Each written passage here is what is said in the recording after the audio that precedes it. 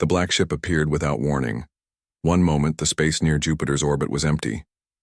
The next, a massive vessel hung there, its surface so dark it seemed to swallow all light that touched it. Captain Lisa Reeves leaned forward in her command chair on Earth Defense Station Alpha, her eyes fixed on the main screen. Alarms blared around her as sensor operators tried to make sense of the sudden appearance. "Size estimate?" Lisa asked, keeping her voice steady despite the knot in her stomach. "Hard to tell, Captain," replied Sensor Officer Jack Mills. "It absorbs our scans. Best guess puts it at 2 kilometers long.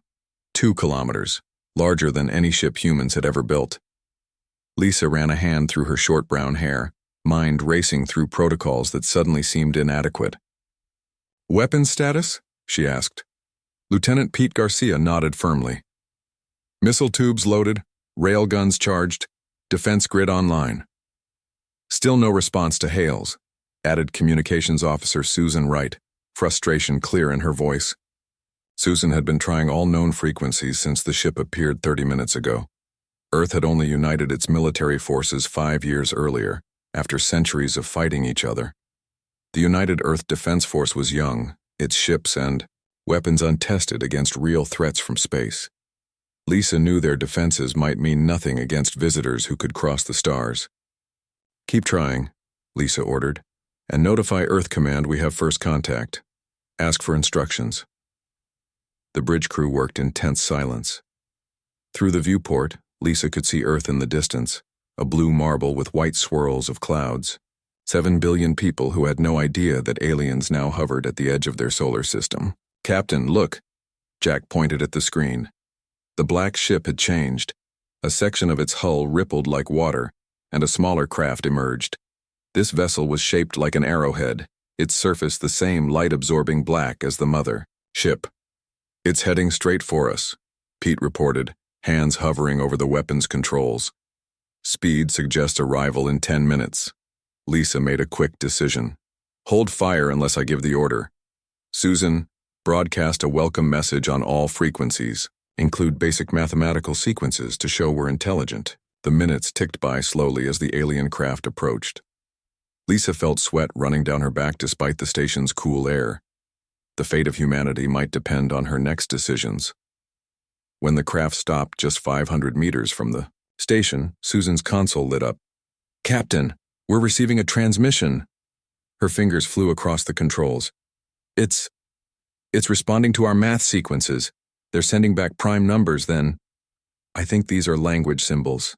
For the first time since the black ship appeared, Lisa allowed herself a small smile. "They want to communicate, that's good." Earth Command sent orders. Establish communication but reveal nothing important about Earth's defenses or weaknesses. Lisa assembled a team of the station's best scientists and linguists, led by Science Officer Alan Foster, a quiet man known for his brilliant mind. The next 18 hours passed in a blur of activity. The alien symbols slowly began to make sense as Alan's team worked non-stop to crack the language. "It's amazing," Alan reported during a brief break. His eyes were red from lack of sleep, but excitement made his voice energetic. "They're not just one alien race. They call themselves the Varaxian Collective, a group of 7 different species who joined together." "Are they peaceful?"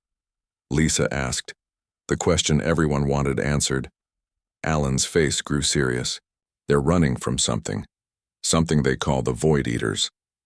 From what I can tell, these Void Eaters consume energy from stars, planets, even living beings.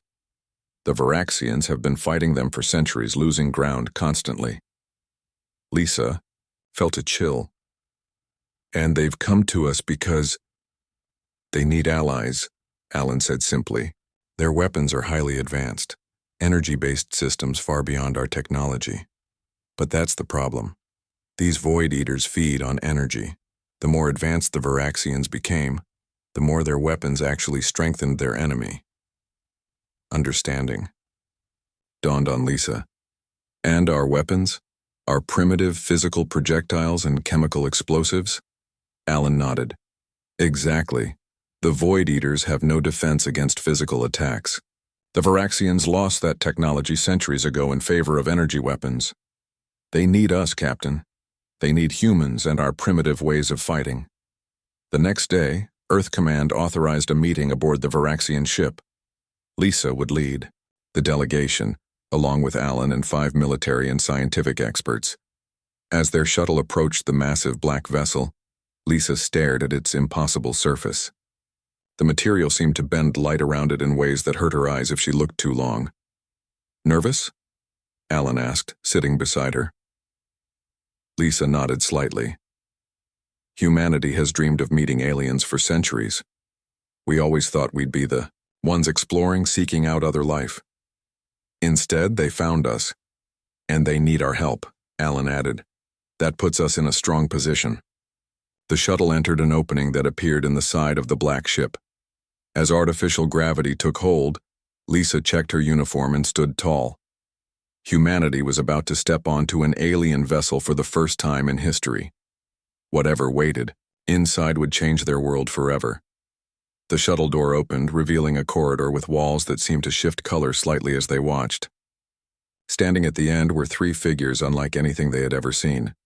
One tall and slender with 4 arms. One hovering above the ground with crystalline structures instead of a body. And one that seemed almost human, except for the scales covering its skin. Lisa took a deep breath and stepped forward to meet humanity's future. Lisa stepped through the doorway of the alien ship and felt a strange tingling on her skin. The floor beneath her boots seemed to give slightly, like walking on firm moss.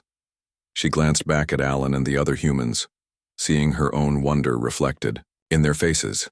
"Welcome to the Nexus," said the 4-armed alien in perfect English through a small device at its throat. "I am Kurzel, First Contact Specialist. Please follow me." The walls around them pulsed with soft blue light that followed their movements. Unlike human ships with their rigid metal walls and sharp corners, everything here curved and flowed like a living thing. Strange, sweet smells filled the air, something like honey mixed with sea salt. "How are you speaking our language?" Alan asked, his scientist's curiosity overcoming his awe. The scaled humanoid alien answered, its voice deeper than Kurzel's. "We observed your broadcasts for years before approaching. Your entertainment signals travel far through space."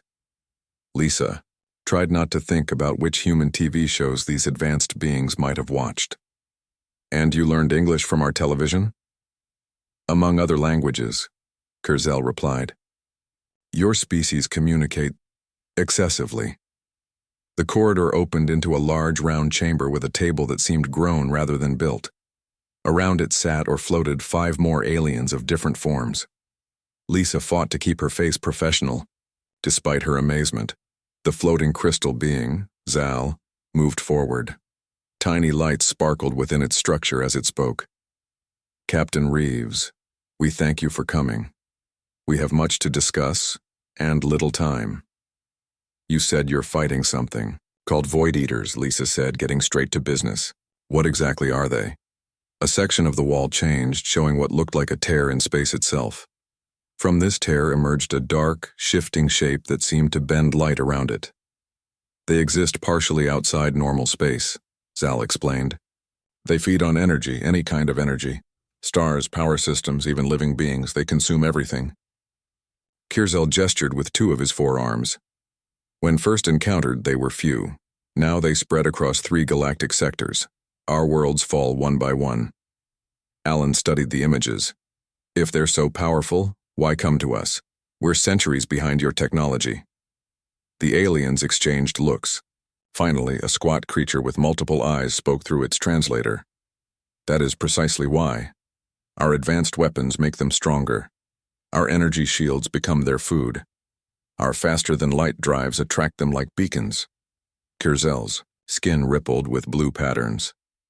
"We observed your recent conflicts. Your nuclear weapons, your railguns, your chemical explosives. These are physical forces, not pure energy. The Void Eaters cannot absorb them as easily." Understanding dawned on Lisa's face. "You need our primitive weapons because they're actually effective against these things." "Yes," said Zal simply. "We offer an exchange. Our space travel technology and detection systems.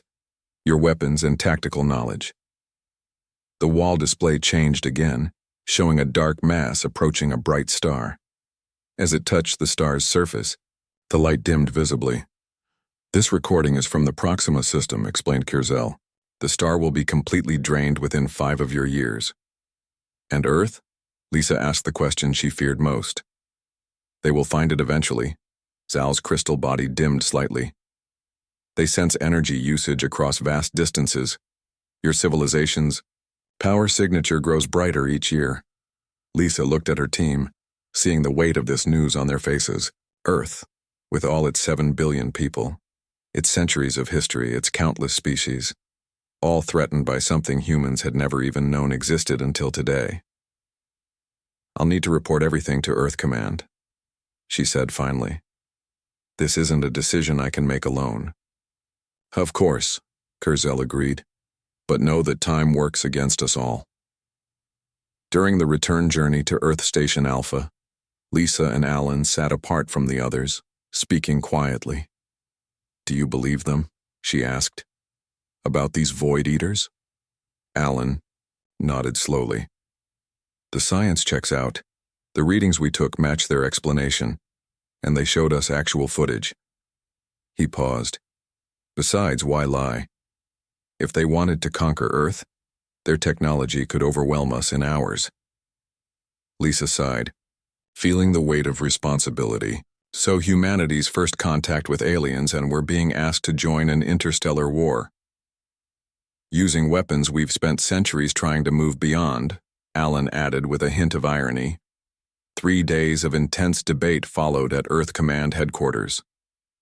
Military leaders, scientists, and government officials reviewed everything the Varaxians had shared. Some argued for isolation, claiming Earth should focus on its own defenses. Others pushed for full alliance, seeing opportunity alongside danger. In the end, the decision came. Humanity would join the fight. The next 2 months passed in a blur of activity. Human engineers worked alongside Varaxian specialists, adapting railguns, missiles, and even simple bullets for use on alien ships.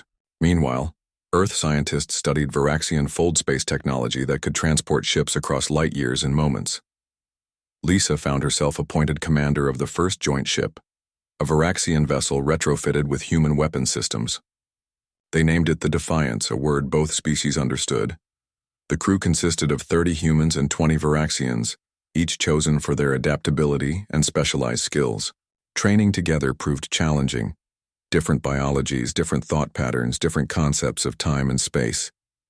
But necessity drove them forward. On the day of departure, Lisa stood on the bridge of the Defiance looking at her. Mixed crew. Human weapons officers sat beside Varaxian navigation specialists. Alan worked with Zal at the science station. Kurzel served as her second-in-command. Our target is a small Void Eater scout near the edge of your solar system, Kurzel explained, his skin patterns showing what Lisa now recognized as determination. A good first test. Lisa nodded, then pressed the ship-wide communication button. This is Captain Reeves. Today we make history in more ways than one. Not only do humans venture beyond our solar system for the first time, but we do so alongside new allies against a common enemy. She paused, gathering her thoughts. Whatever, your species, whatever world you call home, today we fight as one crew. The Void Eaters think we are nothing but power sources to be drained. Let's show them they're wrong. Let's show them that united we are stronger than they could ever imagine. A cheer rose from the human crew members, while the Varaxians displayed their various signs of approval, flashing skin patterns, resonating crystal structures, or raised appendages. Fold space drive activated, announced the Varaxian at navigation. Jump in 5 seconds. Lisa gripped her chair as the countdown finished. The stars outside the view screen stretched into lines, then vanished completely as the Defiance leapt into fold space, carrying humanity's hopes into battle for the first time. The Defiance appeared in normal space with a flash of light. The ship's sensors immediately began scanning the area around them. Transition complete, reported Varaxian navigator Tulven, his tentacles moving gracefully across the control panel. We have arrived at the Proxima Centauri system. Lisa felt her stomach settle after the strange sensation of fold space travel. Around her, the human crew members looked equally disoriented. The Varaxians, more used to the experience, continued, working normally. "Status report," Lisa ordered, straightening in her command chair. "Weapons systems online," Greg Peterson replied from the tactical station. His fingers hovered over controls that had been designed for human hands. Railguns charged and ready. Missile tubes loaded. Alan studied the science console he shared with Azal. "I'm detecting unusual energy patterns near the star, consistent with Void Eater feeding activity." Lisa nodded and turned to Kirzel. "Is this normal? For them to feed directly from a star?" "Yes," the four-armed alien replied. "Stars are their preferred food source. A single Void Eater can drain a small star over several decades."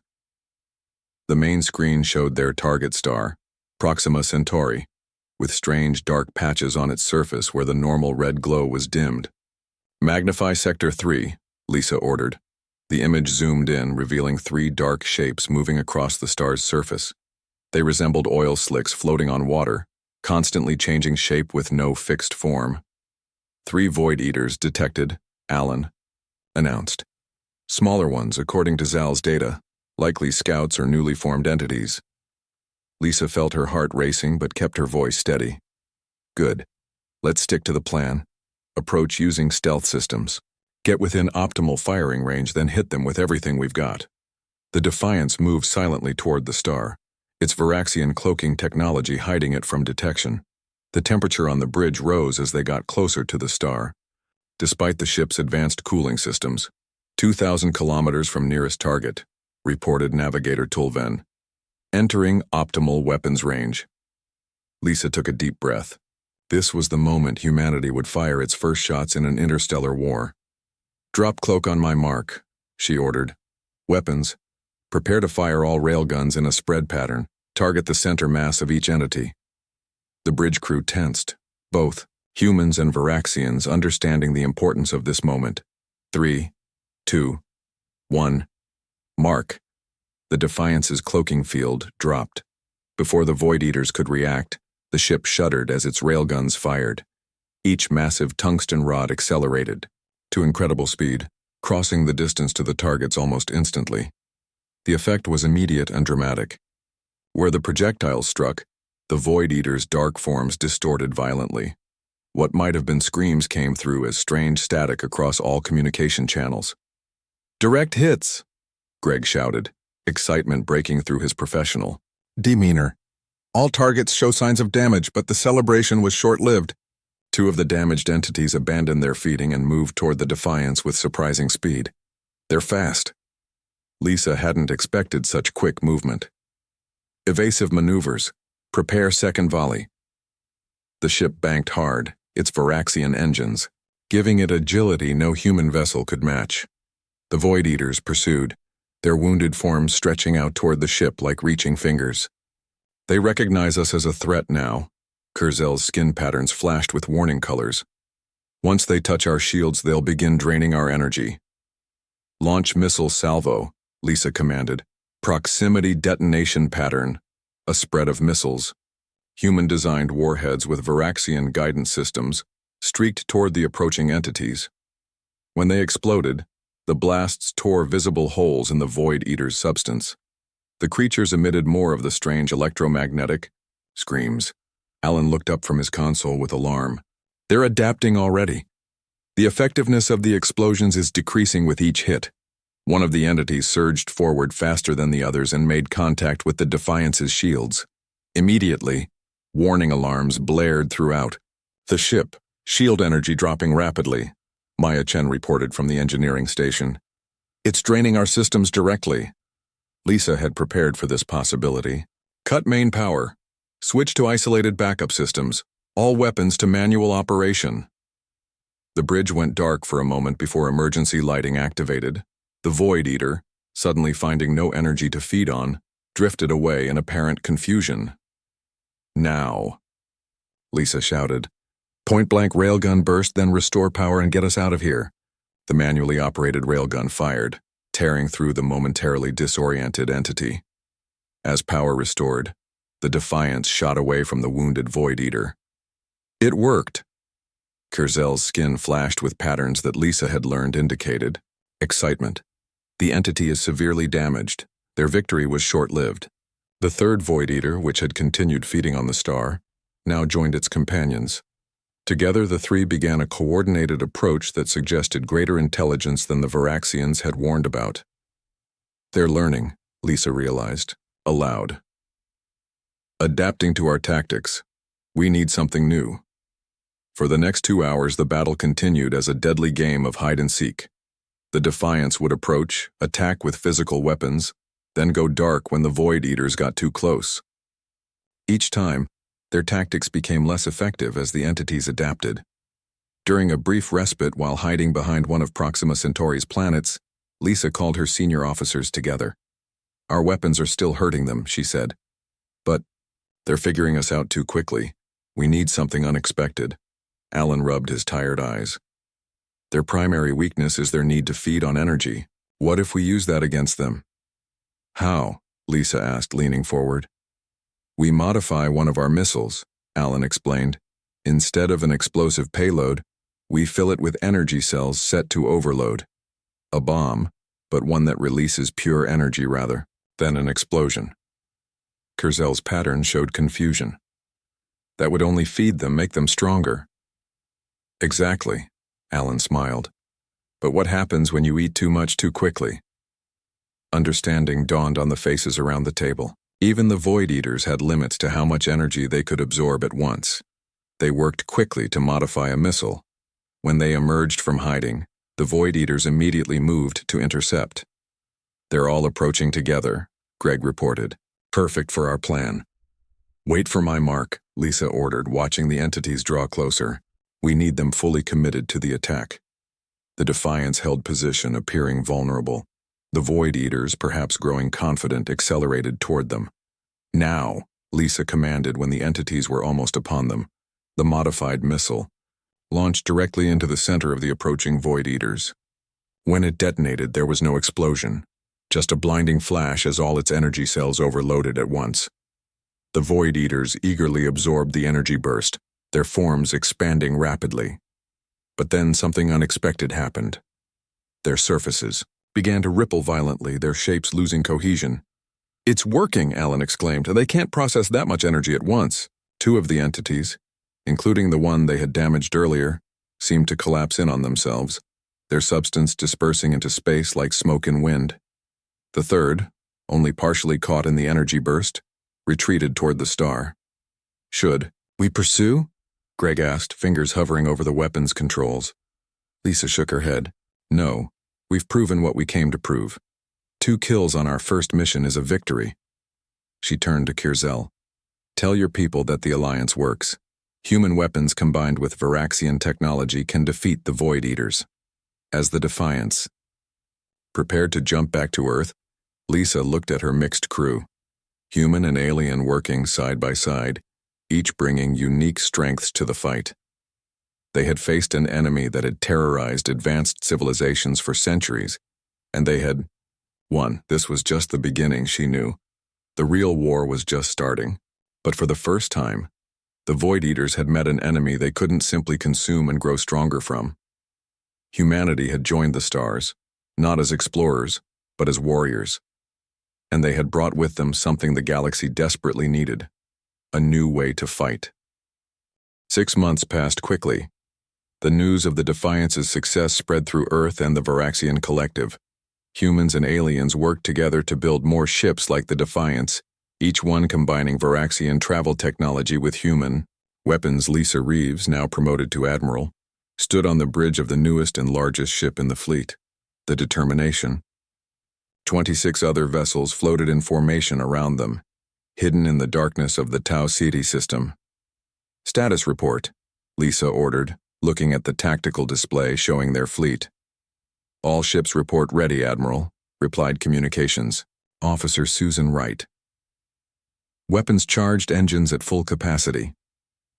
Kurzel, now serving as fleet coordinator, joined Lisa at the command station.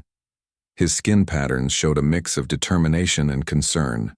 Our scouts confirm at least 30 Void Eaters gathered at the neutron star, he said. They are feeding heavily, growing stronger by the hour. Lisa nodded. This would be the largest battle yet, their first major offensive against the enemy that threatened both their civilizations. The plan remains the same, she said, addressing the ship captains via holographic conference. 3 attack groups. Alpha group will draw their attention with a frontal assault. Beta group will strike from below. Gamma group stays in reserve to reinforce where needed. Captain Olivia Carter of the Intrepid leaned forward in her hologram. That's a lot of Void Eaters, Admiral. We're still outnumbered. True, Lisa acknowledged. But we have surprise on our side, and according to Varaxian data, they're less alert when feeding. The captains nodded, though worry showed on many faces, both human and alien. They had good reason to be concerned. In the months since the first battle, the Void Eaters had begun coordinating in larger groups, attacking Varaxian outposts, and even making approaches toward Earth's solar system. After the captains returned to their ships, Alan Foster approached Lisa privately. Now Chief Science Officer for the entire fleet, he had been studying the Void Eaters intensely. I've noticed something important, he said quietly. The Void Eaters don't just feed on energy. They use it to communicate with each other. Lisa looked at him sharply. You mean we could disrupt their coordination? Exactly, Alan smiled. I've developed a device that creates random energy patterns on their communication frequencies. We can't use it for long because they'd eventually feed on it, but in short bursts during an attack, it could give us the edge we need, Lisa finished. Get it installed on as many ships as possible before we jump. 20 hours later, the fleet appeared at the edge of the target system. The neutron star burned with fierce blue-white light at the center. Around it swarmed dark shapes like leeches on a living body. Through the view screen, Lisa could see the Void Eaters clearly, each one larger than before, their surfaces rippling with absorbed energy. They haven't noticed us yet, reported Sensors Officer Paul Rodriguez, still focused on feeding. All ships, maintain communication discipline, Lisa ordered. Battle groups, move to your starting positions. The fleet split as planned. Alpha, group with 10 ships moved directly toward the feeding ground. Beta group with 12 ships maneuvered to approach from below. Gamma group with 5 ships remained hidden behind a distant planet. For several tense minutes it seemed their surprise attack would work perfectly. Then, without warning, a dozen Void Eaters broke away from the star and accelerated toward Alpha. Group. They've spotted us, Lisa said. Earlier than expected. All ships, attack pattern Delta. Activate jamming devices now. Alan's invention came online across the fleet, broadcasting chaotic energy patterns. The effect on the approaching Void Eaters was immediate and dramatic. They began to move erratically, their formations breaking apart. It's working, Alan exclaimed. They can't coordinate. Alpha Group, engage with railguns, Lisa commanded. Beta Group, accelerate your approach and target the entities still at the star. Space around the neutron star erupted in battle. Railgun projectiles tore through confused Void Eaters. Special missiles exploded in patterns designed to break the entities apart. The new gravity mines created localized distortions that pulled the creatures in different directions, preventing them from reforming after damage. For a while, it seemed the jamming strategy would bring them an easy victory. But the Void Eaters were adaptive. As the battle progressed, they began to adjust to the interference, finding new ways to communicate. Intrepid reports critical shield failure, Susan announced. The Steadfast and Varaxian vessel Keltarum are moving to provide cover. Lisa watched the tactical display with growing concern. Despite their initial advantage, the tide was turning. 3 Varaxian ships had been disabled, their energy completely drained. Alpha Group was being pushed back into a defensive formation. Gamma Group, move in, she ordered. All ships, switch to dispersed attack pattern. The reserve force joined the battle, providing fresh support. But even with all ships engaged, the Void Eaters' superior numbers began to tell. Their ability to drain energy meant that once a ship's defenses weakened, it quickly became vulnerable. Alan approached the command station, his expression intense. Admiral, I have another idea. It's very risky. At this point, I'll take any edge we can get, Lisa replied. The Varaxian drive systems can be modified to create a gravitational distortion, Alan explained quickly. Not a black hole, but a powerful gravity wave. If 3 ships positioned in a triangle activated modified drives simultaneously, the overlapping fields would create a gravitational shear in the middle, Lisa realized. Tearing apart anything caught in it. The same forces would damage our ships, Alan pointed out. But we can predict and brace for it. The Void Eaters, focused on feeding and fighting, might not react in time. Lisa made her decision. How long to modify the drives? With Varaxian engineers' help, 20 minutes for 3 ships. Do it, Lisa ordered.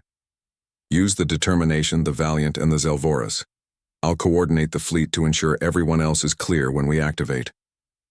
While Alan rushed to implement the modifications, Lisa addressed the fleet. All vessels, prepare for Operation Graviton. When activated, you'll have 45 seconds to reach safe distance from the distortion field. The next 30 minutes were a carefully orchestrated battle, with ships engaging and retreating, keeping the Void Eaters occupied while the modifications were completed. Finally, the 3 chosen ships moved into position, forming a triangle around the largest cluster of entities. All other ships withdraw to minimum safe distance, Lisa ordered. Distortion ships, prepare to activate on my mark. She took a deep breath, knowing that her ship would bear the brunt of the gravitational forces they were about to unleash. 3, 2, 1. Mark. The modified drive systems engaged simultaneously. Space itself seemed to warp between the 3 ships. The Void Eaters caught in the middle began to stretch and tear apart as gravity pulled them in different directions at once. On the Determination's bridge, systems failed as stresses exceeded design tolerances. The hull groaned with sounds that made the crew wince. Structural integrity at 40%, reported Chief Engineer Diane Lewis. We can hold for maybe 15 more seconds. That's all we need, Lisa replied, watching as the Void Eaters disintegrated in the artificial gravity well. Stand by to terminate distortion on my command. When the last entity had been destroyed, Lisa gave the order. The 3 ships shut down their modified drives. The backlash sent shockwaves through all nearby vessels, but they had survived the worst. As damage reports came in, Lisa surveyed the battlefield. 7 ships would need major repairs. 12 crew members had been lost, but they had destroyed over 30 Void Eaters, the largest victory yet. Send word to Earth Command and the Varaxian High Council, she told Susan. Operation was a success, but tell them we'll need reinforcements. This was just one feeding ground. The Determination limped back toward friendly space, leading a damaged but victorious fleet.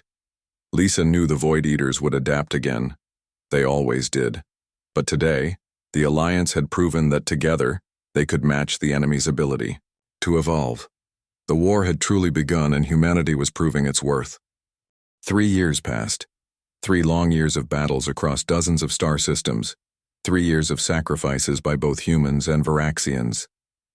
Admiral Lisa Reeves stood on the observation deck of Earth Station Alpha, where her journey had begun with the arrival of the Black Varaxian ship. Next to her stood Kurzel, Alan Foster, and a holographic projection of Zal. Through the massive window, they watched the combined fleet, now over 100 ships strong. The fleet had returned to Earth for a memorial service honoring those who died in the final battle. I sometimes can't believe we actually won, Lisa said softly, watching shuttles move between the gathered ships. Your species brought something, essential to the fight. Zal's crystal form pulsed gently. Creativity, adaptability, willingness to take risks that we had forgotten, and stubborn determination, added Kurzel, his skin patterns showing what Lisa now recognized as affection. The final battle had taken place near the galaxy's center, where the Void Eaters had created their main nest around a massive black hole. The Allied fleet had deployed their greatest weapon yet, a network of devices that folded space itself, forcing Void Eaters to occupy the same physical location. The resulting energy conflicts had destroyed most of them instantly. The few survivors were hunted down one by one until sensors could detect no more anywhere in known space. Lisa and her companions joined Earth President Kyle Anderson on the memorial platform. Representatives from all human nations and Varaxian species gathered to honor the fallen. Today we remember those who gave their lives so that we all might live, the president began. Human and Varaxian alike, they stood against a threat that would have consumed all life in our galaxy. As they read the names of the fallen, over 8,000 in total, Lisa thought about how much had changed. Humanity had advanced by centuries in just a few years. The Varaxians had rediscovered aspects of themselves they had lost to pure logic and efficiency.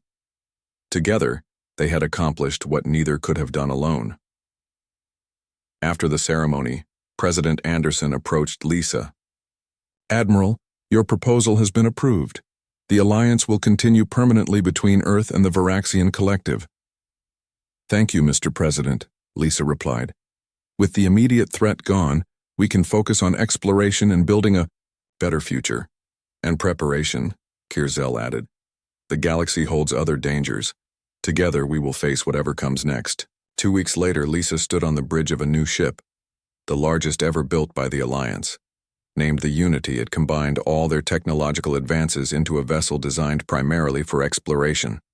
"Course set, Admiral," reported Navigation Officer Kevin Ward. "Ready to depart when you give the word." Lisa settled into the command chair, surrounded by a crew of both humans and Varaxians, working together seamlessly. "Take us out, Lieutenant. Standard fold space jump when we clear the solar system." As the Unity moved away from Earth, Lisa reflected on their journey. The black ships that once brought warnings of extinction had ultimately led to humanity's greatest advancement. The Void Eaters had meant to consume them all. Instead, they had forged an alliance that would reshape the galaxy. An alliance where humanity's unique perspective had proven not just valuable, but essential for victory. As the Unity prepared to jump to fold space, Lisa smiled. This was just the beginning of humanity's journey among the stars, a journey they no longer had to make alone. The end.